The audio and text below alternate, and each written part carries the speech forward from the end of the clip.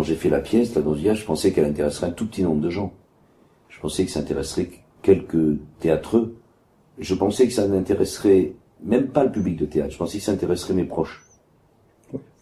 Quand j'ai fait la Danse du Diable, et je pensais jamais que ça ferait rire. Je me disais, ça fera sourire, ou ça touchera, ou ça, mais je pensais pas, jamais j'aurais pensé que ça pouvait faire rire comme ça fait rire, et encore moins que ça, et c'est quand j'ai joué à Bruxelles, les premières représentations, où tout de suite j'ai compris que j'avais touché quelque chose du doigt, parce que quand j'ai commencé à faire la petite sirène, j'ai entendu les gens rire, tout simplement, et vraiment j'ai eu l'impression que la pluie commençait à tomber sur la campagne desséchée. J'étais comme un paysan qui voit enfin la pluie arriver, et à la fin, quand les gens m'ont dit, ma mère, elle est comme la vôtre, j'ai compris que, voilà, que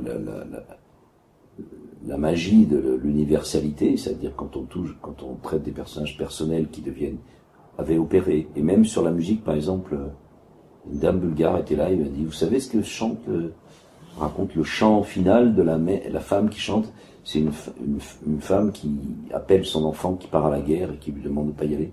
Enfin, vous voyez, des tas de choses comme ça. J'ai compris très vite que j'avais fait une pièce qui allait toucher beaucoup de gens et puis qui allait les faire rire en plus.